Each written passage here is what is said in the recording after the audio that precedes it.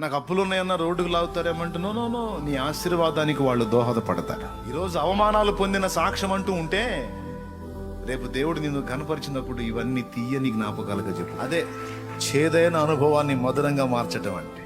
చాలు కావాలనే దేవుడు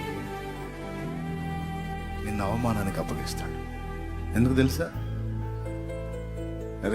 ఈరోజు అవమానం పొందిన నీకు రేపు ఒక మధురమైన సాక్ష్యం.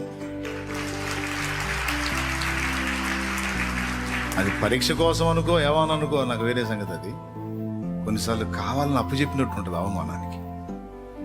అరే ఒట్టి పుణ్యానికి వచ్చి దారుణంగా అవమానపరిచిపోతాడు. బల్లే బాధేసి ఏంటి నీవుతున్న బల్లే బాధేయటం కదా, బాధపడ స్తోత్రం అనుకో, స్తోత్రం అనుకో. నిన్ను అవమానపరిచిన ప్రతిసారి దీవెనలు నీ మీద కుమ్మరించడానికి దేవుడు రెడీగా ఉంటాడు.